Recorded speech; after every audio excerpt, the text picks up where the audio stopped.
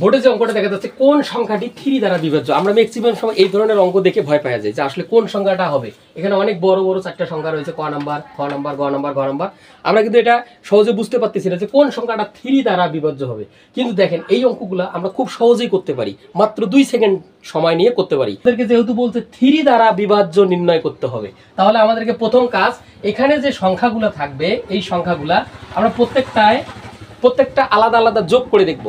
প্রথমে দেখি আমরা যদি এই অঙ্কটার ক্ষেত্রে চিন্তা করি 8 plus 3 plus 4 plus 7 plus 9 plus 5 plus 6 plus 0, এই সবগুলো সংখ্যা যোগ করব। সবগুলো সংখ্যা যোগ করলে কত হয় আগে এটা আমরা দেখব।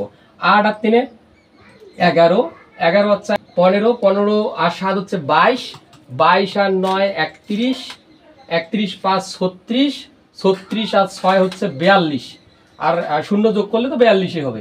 তার মানে দেখেন এদের সবার যোগফল কিন্তু হচ্ছে 42। এবার আমরা কি করব, আমাদেরকে কি বলছে যে কত দ্বারা 3 দ্বারা ভাগ যায় কিনা, বিভাজ্য কিনা। এজন্য আমরা কি করব, 3 দ্বারা দেখব এই সংখ্যাটা আমাদের যোগফলটা ভাগ যাবে কি না। তো আমরা 3 দ্বারা ভাগ করে দেখি। 3 দ্বারা যদি ভাগ করি 3 একে 3, 3 14 42, দেখেন ভাগ যাচ্ছে, কিন্তু এই সংখ্যাটা 14 দ্বারা ভাগ যাচ্ছে। কিন্তু আপনি এইভাবে বাকি সংখ্যাগুলো করবেন, ভাগ যাবে না।